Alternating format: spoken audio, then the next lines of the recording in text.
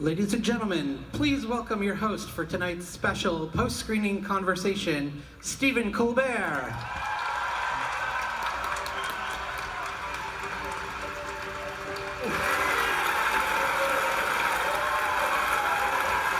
Hello, everybody. Thank you so much for being here. And I want to start off by saying, Ellen Silaluminamenti Elvo. If you don't know what that means, what are you doing here?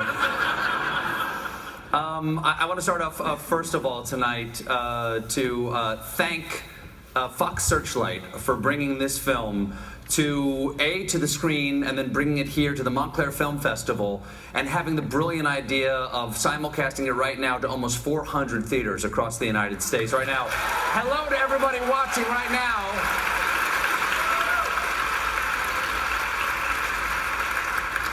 The road goes ever on and on, down to the door where it began. Now far ahead the road is gone, and I must follow if I can, pursuing it with eager feet until it joins some larger way, where many paths and errands meet, and whither then I cannot say.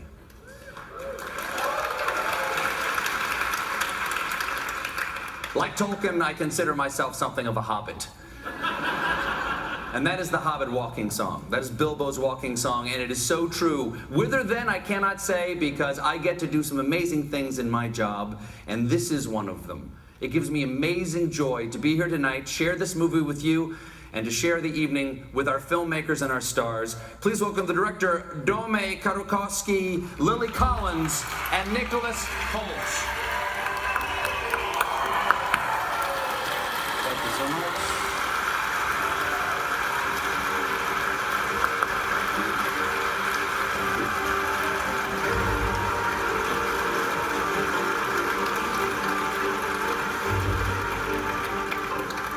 Well, let's start with the obvious one. Tolkien. Not Tolkien, not Tolkien. Your film, as I've said to the two of you before, takes a very hard line on this. It's Tolkien. What pronunciation did the three of you grow up with? I grew up with Tolkien. Tolkien, yeah. Read the script as Tolkien until I got to around page 12 and then saw that line and went, oh. You gotta learn some stuff real fast here. Yeah. How about you, Dome? I'm the Finnish person here, and the Finnish, how we pronounce language is very to the word or the syllable. So in Finnish you say Tolkien. So it's very Tolkien. Hard. Tolkien. There's no letters wasted. There's no, so no, there's no poetry in the name itself. There's no history behind the word. It's just very rough peasant language, as we've been peasants for 500 years. And so I've been mispronouncing my idol's name throughout my life. So I'm the biggest criminal here in the room. Well, so have I.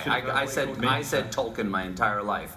And tonight, no doubt, I will say it over and over again. Please no one yell at me. I would have to say, for this film, we met a lot of Tolkien experts for the research. And there was one who pronounced it Tolkien.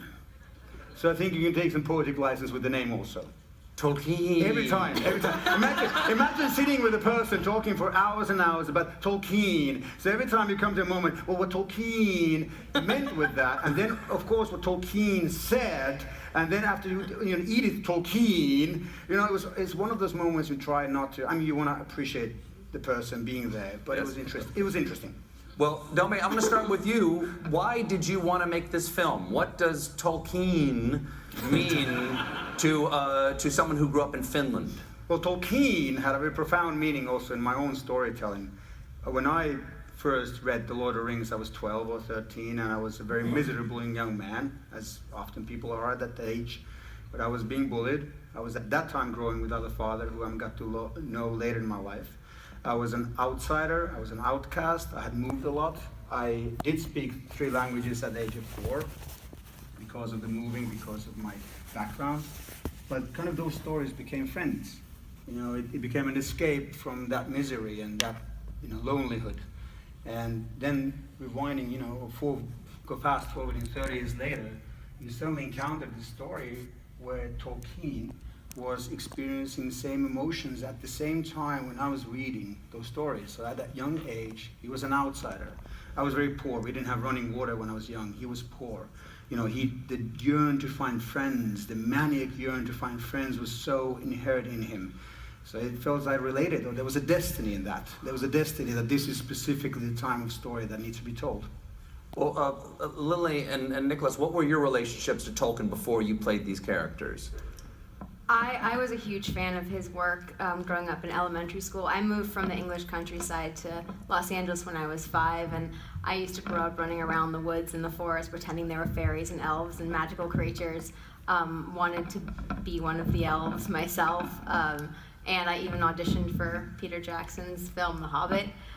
Didn't quite get it, but You wanted to play Tario. I wanted to play Tolkien. Yeah. No, I wanted to play a Hobbit.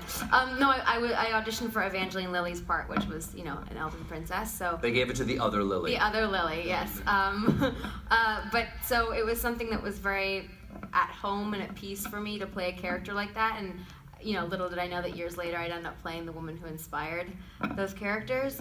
So for me, it's something that almost like you were saying, kind of fate. I feel like there was a reason as to why I've always felt so comfortable with that world, and fantasy and magic is a huge part of that for me. And Nicholas, what was your experience with Tolkien? I got given The Hobbit to read on the set of About a Boy by the directors of that. So I read it then, and then the Lord of the Rings movies came out just after that. So I was a big fan of those. I would stay after school and play the card game. That was like my evolution from the Pokemon card game. I was growing up fast. But yeah, knew nothing about the man. Although I do want to go back for 1 second when you talked about auditioning for the Hobbit movies. I learned today that you were in the Hobbit movies. Yes. I didn't know this until just now. I was the Lake Town Spy Master. Yes. Amazing. Really the hero of the second movie. Exactly. Yeah. How did that come about? What's... Oh, this isn't about me tonight, but as long as you ask. I don't hide my love for Tolkien under a bushel. And Peter Jackson knew I loved the books, and he knew I loved his movies. And when he was making The Hobbit, he sent a note to me through someone that I saw at a wedding. I was officiating at a wedding, and a friend of the bride and groom came up to me and said, "This is from Peter Jackson." And she handed me a tube, and I unrolled like a scroll. And it was on a piece of stationery, and it just had Tolkien's illustration for Smaug at the top, like his watercolor of Smaug at the top. And then he said, "Come on down and play, bring your family, and like be in the movie. We'll have fun." And so we flew down a month later, and he put us in clothes, and we were on Escaroth, you know, the men of the lake who live on the island and serve the master. Yeah. Well, it's tragedy is I've also officiated a wedding, but I didn't get a role in Peter Jackson film. There was an In-N-Out burger truck there, so I got a good burger. But you know, like you get to fly to New Zealand. Yeah. I think it's quite unfair, in all honesty. I'm actually a minister, just to be clear. So you were in the middle of talking about your experience with Tolkien. When you got this part, and you said you learned how to pronounce the name by looking at the script. Yeah. What was it about Tolkien's life that surprised you? Did you know anything about his biography before you played the part? I knew very little about him until I read the script, and that was what was amazing. Obviously, I was a fan of his work, but then I realized I was like, this story stands alone, regardless of that, in just this beautiful story about friendship and love and loss. And all these things, and the further I, you know, as I say, I was a fan, but the further I delved into his life and read his letters and recreated his drawings and all these sorts of things, the more I felt close to him, and suddenly the task of what I'd taken on, I suddenly realized, and I was like, oof, this is pretty scary, actually. Now, why did you recreate his drawings? What was the purpose there? I don't know, there was something subconscious that I thought, I didn't know that was something that he did in terms of drawing maps and the illustration, so I thought there must be something in there artistically that would connect something in my brain to him somehow. So it's not something that I would be thinking about during scenes, but hopefully subconsciously it helped. Did any of you read the Father Christmas letters that he sent to his children? Yes. I've read them. Yes. But the thing is, actually, I didn't ask for this. I was very impressed when he sends a picture of him being as a beast in the mask. Oh, from X-Men, because you were in the Beast costume. In the mask.